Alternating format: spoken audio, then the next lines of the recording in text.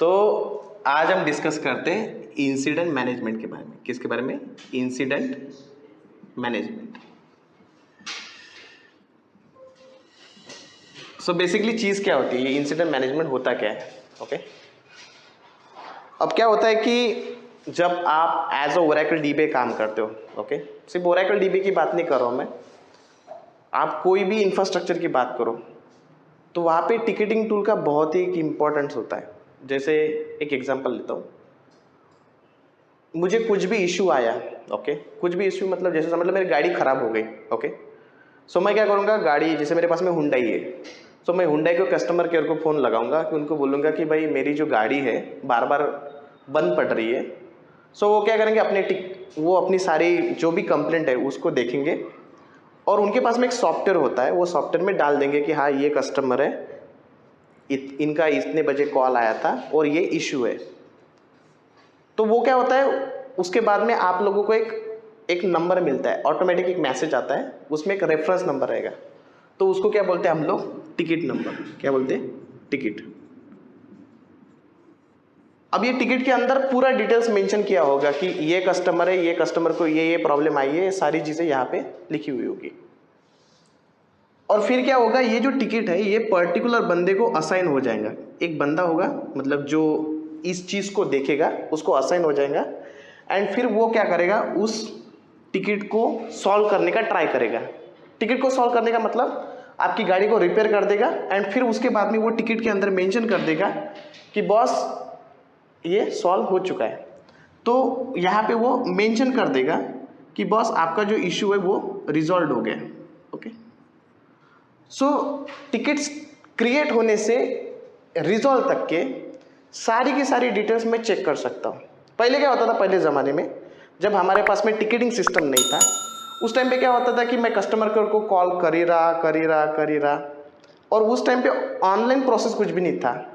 तो मेरे पास में प्रूफ क्या रहेगा कि मेरा जो प्रॉब्लम है वो कम से कम 2 महीने से 3 महीने से सॉल्व नहीं हो पा रहा है। लेकिन टिकट जब से आया है टिकटिंग सिस्टम, तब से आप स्टार्टिंग से जो पहला दिन था तब से आपने सॉल्व करे तक के जितना भी टाइम ड्यूरेशन गया हुआ है वो सारा का सारा आप देख सकते हो कि बॉस 2 महीने से देखो, ये देखो मैंने जो टिकट क्रिएट किया है वो 2 महीने पहले टिकट क्रिएट हुआ है, अभी तक वो सॉल्व नहीं हुआ। तो it's a big problem, right.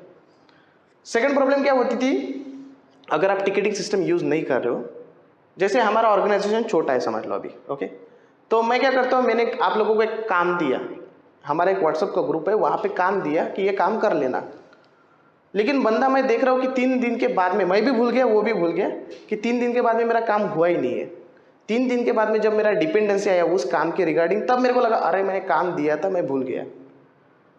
तो मल्टीपल रिमाइंडर देने पड़ रहे हैं, तो व्हाट्सएप से आप दे रहे हो, राइट।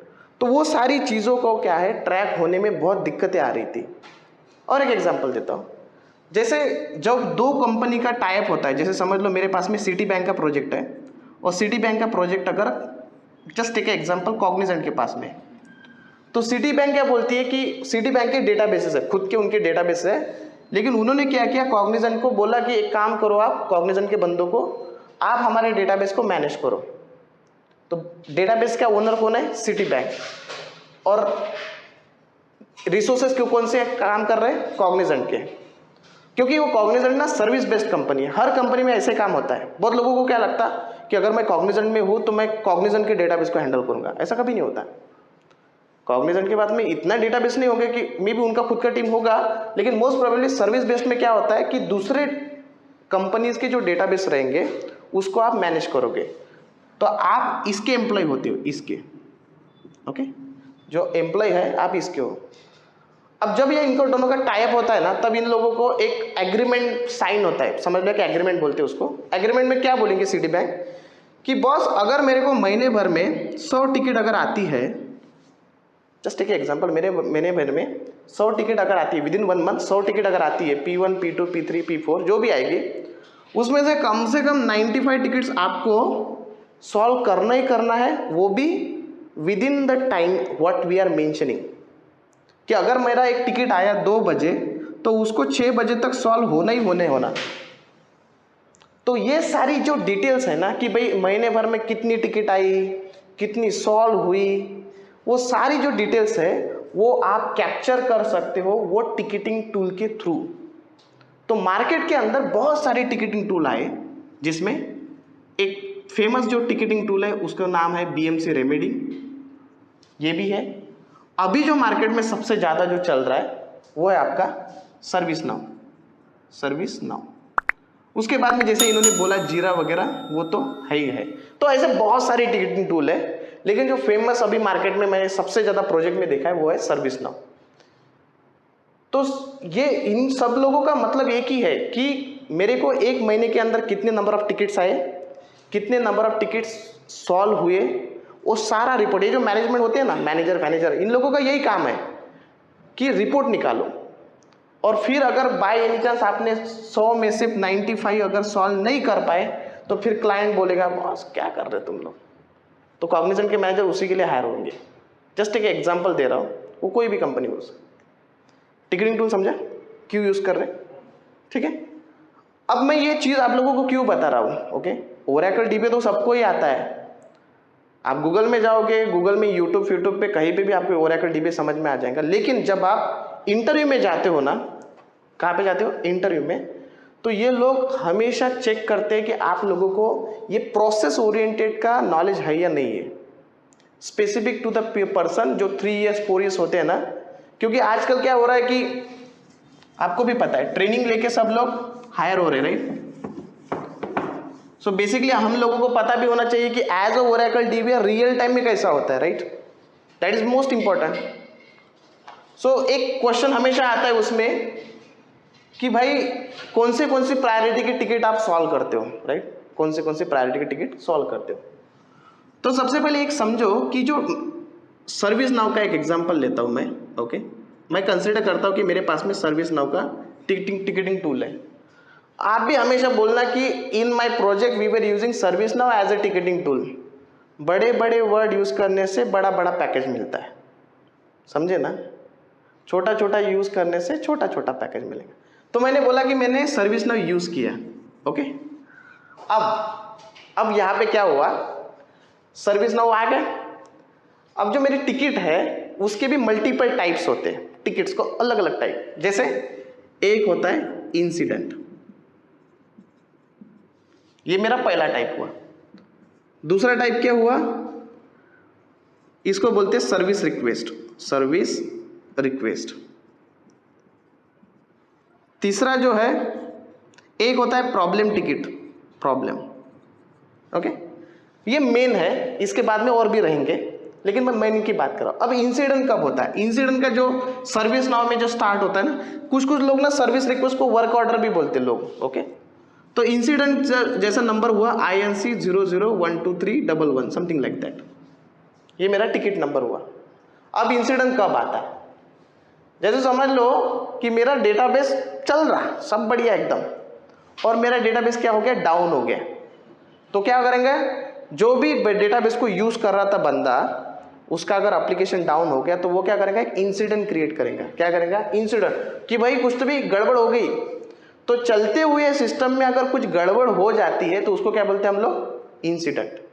तो उस टाइम पे इंसिडेंट क्रिएट करेंगे। कौन करेगा, एप्लीकेशन ओनर करेगा। दूसरा होता है सर्विस रिक्वेस्ट। अब सर्विस रिक्वेस्ट का मतलब क्या हुआ, हमने हमारे ओरेकल डीबी के क्लास में एक टॉपिक पढ़ा था, उसका नाम क्या है, यूजर मैनेजमेंट, राइट।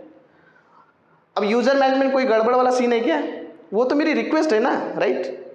वो क्या है, मेरी रिक्वेस्ट है कि एक एप्लीकेशन का टीम है, समझ लो वो टीम के अंदर 3-4 लोग काम कर रहे थे, और एक नया बंदा उन लोगों ने हायर किया, चौथा बंदा, उसका यूजर बनाना है। पहले मैंने 10 बार कॉल किया डीबीए टीम को, कॉल करके बनाओ ना यूजर, बना ही नहीं रहे। फिर मैंने क्या किया, सर्विस रिक्वेस्ट क्रिएट किया।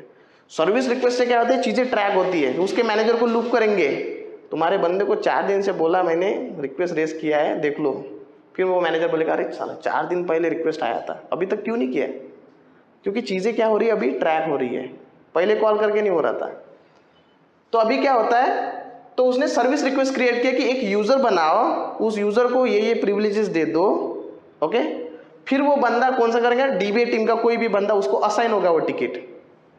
तो क्या होता है, प्रोसेस बता रहा हूं आप लोगों को। जैसे एक एग्जांपल ले लो, नॉर्मली क्या है, टिकट क्रिएट होगा, सबसे पहले को क्या होगा, टिकट क्रिएट करेगा, टिकट क्रिएट है।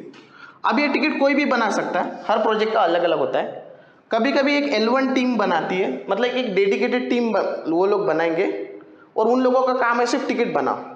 वो काम मैंने किया, जब मैंने एज अ मेरा ओरेकल डीबीए काम किया ना, तो दुनिया भर का जितना भी कचरा था वो कचरे का टिकट बनाने का काम मेरा ही था। कोई मेरे को कॉल करके बोलता था मेरा ये डेटाबेस चल नहीं रहा, या फिर पिंग करके बोलता था टिकट बनाओ कि टिकट। तो 20-20 हज़ार में बहुत टिकट बनाते थे हम, साल भर टिकट बनाते थे। तो ये टिकट करने का काम मैंने किया। तो इससे हम लोगों का फायदा क्या होता है, अगर इसको आप पॉजिटिवली लोगे तो इससे फायदा क्या होगा कि दुनिया भर की टिकट आप लोगों को समझ में आती है। डेटाबेस की भी टिकट आपके पास आ रही, बैकअप की भी आ रही, स्टोरेज की भी आ रही, नेटवर्क की भी आ रही। तो वो टिकट का डिस्क्रिप्शन देख करके आपको ना थोड़ा सा नॉलेज समझ में आ जाता है, एटलीस्ट पढ़ने में तो आता है। चलो ठीक है, टिकट बन गया। अब ये टिकट को क्या है, हम लोगों को असाइन भी करना पड़ता है। कभी कभी क्या होता है कि एप्लीकेशन टीम टिकट बना देती है, लेकिन उनको पता नहीं कि किसको असाइन करना है, कौन सी टीम को असाइन करना है, टीम का नाम नहीं पता होता है। लेकिन जो L1 टीम होती है ना, उनको पता होता है। तो ये L1 टीम क्या करती है, इसका टिकट का जो डिस्क्रिप्शन है वो डिस्क्रिप्शन को देख के समझ जाती है कि अच्छा ये बैकअप का टीम है, बैकअप का टिकट है या फिर डेटाबेस का टिकट है। तो ये टिकट क्या करेंगे, L1 वाले लोग डीबीए टीम को असाइन कर देंगे। किसको, डीबीए को। डीबीए के पास में टिकट आ गया। अब डीबीए में कितने लोग हैं, 10 लोग हैं, राइट, उसमें भी तो 10 लोग हैं ना, आप अकेले थोड़ी हो। फिर जो बंदा वो शिफ्ट के अंदर अवेलेबल है, जो भी होगा वो बंदा क्या करेगा, वो टिकट अपने नाम पे असाइन कर देगा। किसके नाम पे, खुद के नाम पे। समझ लो मैं ही अवेलेबल हूँ, तो मैंने अंकुश के नाम पे असाइन कर दिया। फिर मैं वो टिकट को, मेरा क्लॉक शुरू हो जाता है वो, ओके, क्लॉक शुरू हो गया कि मेरे को वो टिकट सॉल्व करना है फटाफट। फिर मेरा टिकट सॉल्व हुआ मतलब मैंने सॉल्व नहीं करना है, जो मेरा प्रॉब्लम आया था उसको सॉल्व किया, और फिर उसके बाद में टिकट में मेंशन कर दिया मैंने कि रिजॉल्व। जैसे रिजल्ट लिख दिया ना, मतलब उसमें एक ड्रॉप डाउन होता है, रिजल्ट लिख दिया तो क्या हो गया, आपका टिकट सॉल्व हो गया। टिकट सॉल्व हो गया मतलब आपका जो टिक टिक टिक टिक चल रहा था वो रुक गया वहाँ पे। तो पता चल जाएगा कि अच्छा वैसे तो टिकट 4 घंटे में ही सॉल्व करना था, बंदे ने 2 घंटे में ही सॉल्व कर दिया। मतलब आपने क्या किया, जो भी इन लोगों का एग्रीमेंट बना था उसको फुलफिल कर दिया। मतलब you are a good resource. अगर बाई एनी चांस आपने नहीं कर पाए तो मैनेजर को वो रेड सिंबल भी दिखता है उधर, वो रिपोर्ट में दिख जाता है कि साले ने गड़बड़ कर दिया है। ओके, फिर वो पकड़ेगा तुम लोगों को। सो ये है आपका पूरा टिकटिंग का फ्लो। अब इसमें टिकटिंग के प्रायोरिटीज भी होती है, वो मैं प्रायोरिटीज आप लोगों को बताता हूँ। लेकिन आगे जाने से पहले आप लोगों को समझे आया कि नहीं आया, समझे ना? क्योंकि बहुत बार ना ही पूछते रहते लोग, और फिर ना हम लोगों का प्रॉब्लम ऐसा है कि हम लोग इसको सॉल्व नहीं कर पाते। अब छोड़ो, अब करते हैं आगे की बात। हाँ हाँ, हर चीज़ का नोटिफिकेशन आता है। इवन जब मेरे को टिकट आता है ना, जैसे टिकट मेरे को असाइन हुआ तो मेरे को ईमेल भी आता है। जैसे मैंने टिकट का स्टेटस चेंज भी किया, रिजॉल्व कर दिया या फिर इन प्रोग्रेस डाल दिया, तो जिस बंदे ने वो टिकट क्रिएट किया उसको ईमेल भी जाता है कि बंदे को असाइन हुआ है और ये बंदा उस पर काम कर रहा है। ये सब कुछ ईमेल थ्रू ऑटोमेटिकली प्रोसेस होता है। हम लोग जो टिकट इंसिडेंट्स का बात कर रहे हैं, टिकट का जो यूज करते हैं, माइंड मैनेजर्स करके मेरी उनका इंटरनल है कि फिल्टर है। तो उसमें कैसा है कि जैसे हम लोग टिकट क्रिएट करते हैं तो वो टिकट होगा किसी पर्टिकुलर पोस्ट के अगेंस्ट या बहुत सारे पोस्ट के अगेंस्ट। तो जैसे वो पोस्ट हम डालते हैं, बेस्ड ऑन दैट वो टिकट अपने आप ही उठा लेता है कि किस टीम को जाना है, किस टीम को जाना है, तो वो क्यू में चला जाता है। हाँ राइट, चेंज कर सकते हैं, राइट। वो कब पॉसिबल है पता है क्या? ये जो टिकटिंग, मतलब जो मैं सर्विस नाउ की बात कर रहा हूँ ना, ये सर्विस नाउ का एक खुद का टीम होता है। They are calling it as ServiceNow developer. वो टिकटिंग स्पेशलिस्ट होते हैं। तो वो जो मैं बोल रहा हूँ ना कि ईमेल जाना चाहिए, जैसे ये बोल रहे कि बराबर वो कीवर्ड आया तो उस टीम को राउट हो जाता है, वो सब प्रोग्रामिंग से इंटरनली वो लोग फीड करते हैं। ओके, वो सब प्रोग्रामिंग का खेल है। अब मैं क्या बोल रहा हूँ, टिकटिंग की प्रायोरिटीज होती है। जैसे मैंने आपको इंसिडेंट बताया, दूसरा क्या बताया, सर्विस रिक्वेस्ट। तीसरा आता है एक प्रॉब्लम टिकट्स, प्रॉब्लम। तो प्रॉब्लम टिकट जो होता है ना सर्विस नाउ के अंदर, उसका जो एक्सटेंशन होता है normally PRB 00123111 something like that. अब प्रॉब्लम क्या होती है, व्हाट इज प्रॉब्लम? अब इंसिडेंट हुआ, सर्विस ना हुआ, प्रॉब्लम की क्या जरूरत है, क्या लगता है? कनेक्ट नहीं कर पा रहे हैं प्लस यूजर कनेक्ट। वो तो फिर इंसिडेंट हो गया। नहीं, इंसिडेंट कैसे होगा? इंसिडेंट तो हो गया कि कोई पर्टिकुलर यूजर आया, एंड यूजर है, नॉट एप्लीकेशन यूजर। एप्लीकेशन में जो अपन रनिंग है, एप्लीकेशन यूजर कनेक्टेड है, but as a end user as a ADBA कह सकते हैं, मैं कनेक्ट नहीं कर पा रहा हूं। नहीं वैसे नहीं, वो भी इंसिडेंट ही है। ओके, या फिर आप वैसा बोलो कि एक बंदे को अगर प्रॉब्लम आ गई, कुछ प्रॉब्लम है या फिर उसका रिक्वेस्ट है सर्विस रिक्वेस्ट। प्रॉब्लम क्या होता है? Repetitive incident. रिपीटेटिव इंसिडेंट मतलब जैसे समझ लो मेरा एक डेटाबेस है, अब ये मेरा डेटाबेस क्या हो रहा है, डाउन हो गया। फर्स्ट टाइम डाउन हुआ, इंसिडेंट क्रिएट किया, इंसिडेंट को हमने सॉल्व किया, और देखा मैंने दूसरे दिन भी डाउन हुआ, फिर से इंसिडेंट्स क्रिएट किया, फिर मेरे को लग रहा है कि ये डेटाबेस ना बार बार डाउन हो रहा है, कुछ तो भी गड़बड़ है। तो any incident which is happening repeatedly, any incident which is happening repeatedly, इसका मतलब ये क्या है, मेरा प्रॉब्लम है। ये क्या है, मेरा प्रॉब्लम।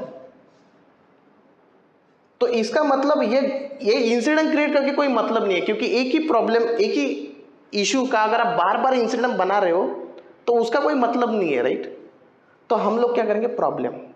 अब जब ये प्रॉब्लम आता है ना, तो इसका सॉल्व करने के लिए हम लोगों को एक डॉक्यूमेंट प्रोवाइड करना पड़ता है, उसका नाम है RCA, रूट कॉज एनालिसिस।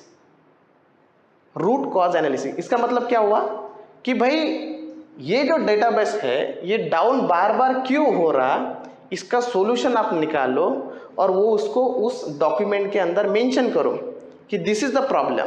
क्या है? This is the problem, because of that only my database is continuously getting down. समझे? और एक चीज आती है, इसको बोलते हैं चेंज ऑर्डर। चेंज क्या होता है? उसका स्टार्टिंग होता है नॉर्मली CHG 00123। क्या होता है चेंज? पैचिंग हुआ, अपग्रेडेशन हुआ, कोई भी पैचिंग पकड़ो आप। जैसे डेटाबेस लेवल पे हम डेटाबेस की पैचिंग हमने सीखा, नहीं सीखा अभी तक, करेक्ट, सीखने का है। सो वो क्या है बेसिकली, अगर पैचिंग नहीं करोगे तो भी ठीक है, करोगे तो भी ठीक है, कोई प्रॉब्लम नहीं है। चलता हुआ डेटाबेस चल ही रहा है अभी तक, आज भी चल रहा है, कल भी चलेगा। सिक्योरिटी प्रॉब्लम आएंगे वो तब बात की बात है, लेकिन अभी तो चल रहा है ना। तो ये इंसिडेंट नहीं है, प्रॉब्लम भी नहीं है, क्योंकि बार बार थोड़ी ना आ रहा है, तो इशू थोड़ी है। कोई रिक्वेस्ट भी नहीं कर रहा है कि पैच करो ही करके। फिर क्या है? चेंज है ये, चेंज। सो डेटाबेस के अंदर बहुत सारी चीज़ें ऐसी है जो चेंज रिक्वेस्ट हमको करना पड़ता है, तो उसको बोलते हैं चेंज। तो जैसे पैचिंग हुआ, हर 3 महीने के बाद में, 6 महीने के बाद में लोग पैच अप्लाई करते हैं। वो कैसे अप्लाई करना हम लोग क्लास में देखेंगे। तो उस टाइम पे चेंज रिक्वेस्ट हम लोगों को करना है। चेंज नॉर्मली ना एक शेड्यूल डेट पे होता है। चेंज में क्या होता है, एक मेंशन करेंगे कि 27 अक्टूबर को मैं ये चेंज करने वाला हूँ, तो वो चेंज करने का जो रिक्वेस्ट है उसके किसको जाएगा, वो बंदों को जाएगा, एप्लीकेशन ओनर को। उनको नोटिफिकेशन जाता है कि ये तारीख को हमारा चेंज आने वाला है, एप्लीकेशन को डाउन रखना। सारे लोग एक टाइम पे आते हैं उस टाइम पे। चेंज के टाइम पे आपका डेटाबेस टीम, आपका लिनक्स टीम, अगर कोई और टीम का अगर डिपेंडेंसी है, सारे के सारे लोग एक जगह पे आएंगे। तो सारे लोगों के चेंज के अंदर टास्क बनते छोटे छोटे। अच्छा, डेटाबेस का टीम का काम क्या है, पैच अप्लाई करना। लिनक्स का काम क्या है, ये करना। ओरेकल का नेटवर्क का काम क्या है, वो करना। जो भी बंदे रहेंगे वो सबके लिए उसके अंदर टास्क बनेंगे। क्या बनेंगे? टास्क, छोटे छोटे टास्क, एक एक टास्क बनते हैं, टास्क आईडी। सो ये हुआ। अब मेरा काम क्या है एज अ ओरेकल DBA, मैं ये क्यों पढ़ा रहा हूँ, क्योंकि होता क्या है, अभी मैं बात करता हूँ पहले टिकट्स की, इंसिडेंट की। अब ये जो इंसिडेंट है ना, जो मैं इंसिडेंट की बात कर रहा हूँ, ये इंसिडेंट की प्रायोरिटीज होती है। नॉट ओनली इंसिडेंट, आपके सब चीज़ों की भी प्रायोरिटी होती है। प्रायोरिटी नॉर्मली मैं डिफाइन करता हूँ P1, P2, P3 and P4। P1 को बोलेंगे क्रिटिकल, P2 को बोलेंगे हाई, P3 को बोलेंगे मीडियम, P4 को बोलेंगे लो। बोल दिया। अब कोई अगर टिकट P1 आती है, अब कैसे डिफाइन करोगे कि ये P1 है कि P2 है कि कौन है? नॉर्मली क्या होता है, जैसे मैं इवन कॉग्निजेंट में मैं देख रहा था कि वहाँ पे इन लोगों ने क्या किया, एक टीम बनाया था, incident management team. Incident management team. तो जैसे किसी बंदे ने P1 टिकट रेस किया, तो P1 टिकट का जो रिजॉल्व करने का टाइम होता है वो सबसे कम होता है। जैसे P1 टिकट का जो रिजॉल्व टाइम है, रिजॉल्व करने का टाइम, वो समझ लो 4 आवर्स है। वो अलग अलग भी हो सकता है प्रोजेक्ट टू प्रोजेक्ट। P2 का 8 आवर्स है, P3 का अगर 2 डेज है, और P4 का 4 डेज है। जस्ट मैं ऐसा कंसिडर करता हूँ। तो अगर कोई टिकट P1 आती है, वो वहाँ पे सर्विस नाउ में आपको दिखता भी है, कोई भी टिकटिंग में कौन सी प्रायोरिटी उसका। अगर उसने बोला कि P1 टिकट है, तो 4 घंटे में उसको सॉल्व करना ही करना है, नहीं तो लंका लग जाएंगी।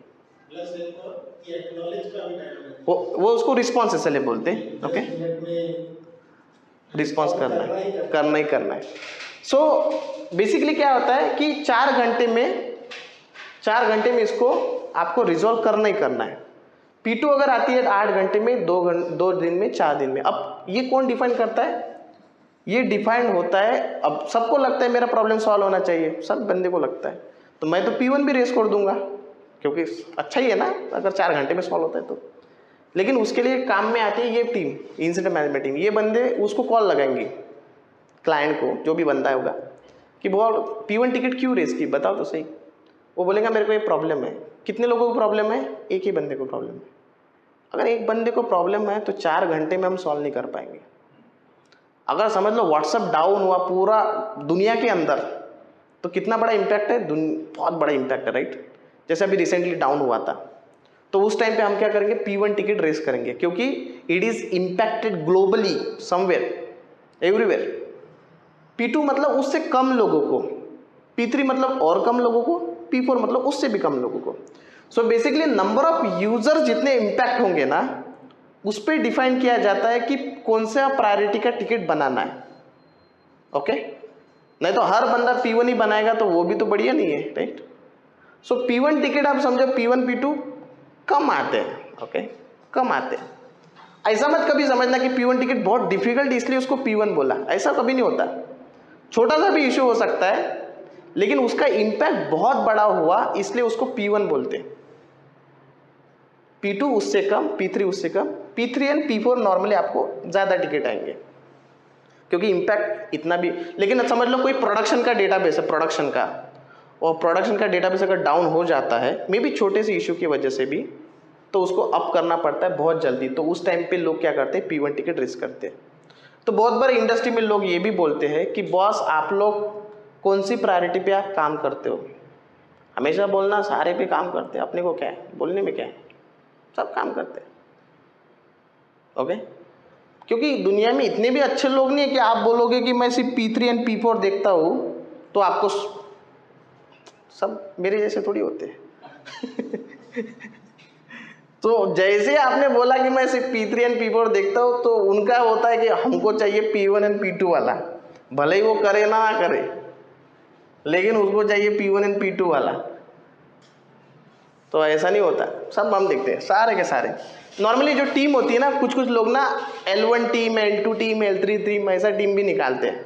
तो इसका मतलब क्या हुआ कि L1 टीम सिर्फ छोटा मोटा काम देखेंगी, L2 वाले उससे थोड़ा डिफिकल्ट, फिर L3 वाले L4 भी निकालते, कुछ कुछ लोग तो L4 भी निकालते। L4 मतलब बहुत ही सुपर सुपर सीनियर, करते कुछ भी नहीं है, अपने काम करेंगे, लेकिन उनको L4 बोलेंगे। लेकिन जो L1 L2 होते हैं ना, एक काइंड ऑफ छोटा मोटा काम करेंगे, यूजर मैनेजमेंट, टेबल स्पेस, ऐसा वैसा। और जो L3 L4 जो हम बोलते हैं, वो P1 P2 मतलब बहुत क्रिटिकल काम करेंगे। काम कुछ नहीं करते हैं बोलने के लिए, चलो ठीक है छोड़ो। सो ये हुआ टिकट्स के बारे में। अब जैसे इन्होंने बोला 2 टाइप के SLA होते हैं, ये जो एक रिस्पॉन्स होता है, एक रिजोल्यूशन होता है। नॉर्मली अब मैं जहाँ पे काम करता, मतलब जितने भी जगह पे मैंने देखा, 2 टाइप के SLA होते हैं। एक होता है रिस्पॉन्स एंड रिजोल्यूशन। रिस्पॉन्स का मतलब क्या हुआ? जैसे आपके पास में आया तो उसका जो स्टेटस होता है ना, ऐसा होता है, एक न्यू होता है, असाइंड होता है, टिकट का स्टेटस बता रहा हूँ मैं, इन प्रोग्रेस होता है, रिजॉल्व होता है एंड एक क्लोज्ड होता है। क्या होता है? क्लोज्ड। तो जब बंदा नया टिकट बनाता है वो न्यू में रहता है। असाइन का मतलब किसी बंदे को तुमने वो असाइन किया। अब समझ लो जैसे टिकट आपको असाइन हुआ रिस्पॉन्स इसलिए स्टार्ट हो जाता है कि मतलब जैसे अगर P1 टिकट आया तो 15 मिनट के अंदर वो आपको इन प्रोग्रेस में डालना ही डालना है। 15 मिनट बोले, अरे 10 मिनट में बोलो। समझो बंदा गया चाय पीने के लिए, गया चाय पीने, अब चाय पीने के लिए आधा घंटा तो लगता ही है, राइट? क्योंकि चाय में उसके साथ में और भी कुछ चीज़ें रहती है तो टाइम लगता है। सो समझ लो मैं गया बाहर, तो जो अपनी L1 टीम होती है ना, जो वो भी देखती रहती है, क्योंकि एट द एंड क्या है, we are working for our company, right? तो L1 टीम भी अपना है, L2 टीम भी अपना है, L3 भी है, तो वो लोग भी मॉनिटर करते हैं। और अब वो डिपेंड करता है आपके मैनेजमेंट के ऊपर। अगर समझ लो आप चाय सुट्टा के लिए बाहर गए, कुछ इशू आ गया, मतलब रिस्पॉन्स इसलिए चाह रहा है, तो फिर वो बंदे ना कॉल करते हैं आपको, रात में कॉल करेंगे। सैटरडे संडे तो ऑफ होता है, जो लोग वर्क फ्रॉम होम होते हैं, रात में सोते हैं, उनको कॉल करेंगे, अरे L1 आ गया, P1 आ गया, P2 आ गया, कॉल उठाओ। कुछ कुछ जगह पे तो मैंने ऐसा देखा है, मतलब मैंने खुद नहीं देखा, ये मेरा फ्रेंड बोल रहा था कि उसके प्रोजेक्ट के अंदर पता नहीं क्या सिस्टम है, ऐसा वो सॉफ्टवेयर यूज़ करती है, अगर आपका मोबाइल साइलेंट पे भी होना फिर भी रिंग बजता है। अगर आपने 2 रिंग में अगर रिसीव नहीं किया तो ऑटोमेटिकली तीसरा रिंग आपके मैनेजर को जाएगा, ऐसा भी है ऑटोमेटिकली। सो वो डिपेंड करता है कि आपके प्रोजेक्ट में कितना क्रिटिकलिटी उन लोगों ने मेंटेन करके रखा है। तो मैं जब हमारे यहाँ पे एक जगह पे क्या था, सैटरडे संडे हम लोग रात में काम करते, सैटरडे संडे घर से काम करते थे। तो ये साले क्या करते थे, रात में जो टीम बैठी थी ऑफिस के अंदर, L1 टीम या फिर जो लोग होते हैं मॉनिटरिंग वाले, P1 P2 अगर आ गए ना तो डायरेक्टली कॉल करेंगे, hello there is a P2 ticket in your name, can you please work on it. आदमी भी नींद से उठ के देख ले रहा है, अच्छा क्या इशू है, देख लो। सो जिंदगी जो है ना बहुत ही झंडवा है, 24/7। बी रेडी, जितना सोना है सो लो, बाकी तो फिर ज़िंदगी पर आँखें खुली रखनी है। ओके, अच्छा किस्मत बहुत ही अच्छी रही तो 24/7 करने का काम ना पड़े, बहुत ही अच्छा है, ऐसा हो सकता है, डिपेंड्स। लेकिन बहुत सारी कंपनी में जैसे लेडीज़ लोगों को नहीं रखते नाइट शिफ्ट में, तो वो नहीं आएंगे तो फिर कौन आएगा, तुम लोग आएंगे, right? So be ready for that. Okay, so अभी हम लोग करेंगे P1 P2 P3 and P4, ये सारी चीज़ें हम लोगों ने डिस्कस की है। अब ये जो रिस्पॉन्स SLA होता है ना, ये बहुत क्रिटिकल होता है सारा। अब कुछ कुछ कंपनी में रिस्पॉन्स SLA दूसरी टीम देखती है, सिर्फ हम लोगों का काम रिजोल्यूशन का है। बट 2 टाइप के SLA होते हैं, response SLA and resolution SLA। Okay, so भागते हुए आओ कि दौड़ते हुए आओ, लेकिन आप लोगों को वो टिकट काम करो कि नहीं करो, कम से कम इन प्रोग्रेस में तो डालो ही डालो, वो डालना ही है। ओके, सो वो इम्पोर्टेंट चीज़ होती है। ओके, सो जब आप एज अ ओरेकल DBA काम करते हो ना, तो कोई आपको कॉल करके ये नहीं बोलेगा कि बस can you please look into my table space error, can you please do all this. Please वाला काम सिर्फ टिकट के अंदर, उससे क्या है कि दिखता है कि कितना काम किया, कितना काम नहीं किया। अगर 100 टिकट में से बंदे ने अगर 85 टिकट पे काम किया, अब होते हैं ना मार्क 4 लोग अगर या फिर 10 लोग अगर एक टीम के अंदर काम कर रहे हैं, तो वो लोग ये भी रिपोर्ट निकालेंगे कि तुमने कितना काम किया, दूसरे ने कितना किया। फिर जो रेटिंग वाला चक्कर होता है ना, उसमें बोलेंगे देखो बंदे ने कितना काम किया, तुम देखो, ऐसे कंपेरिजन। क्योंकि किसी को ज़्यादा देना है, किसी को कम देना है, कम तो देना ही है, राइट?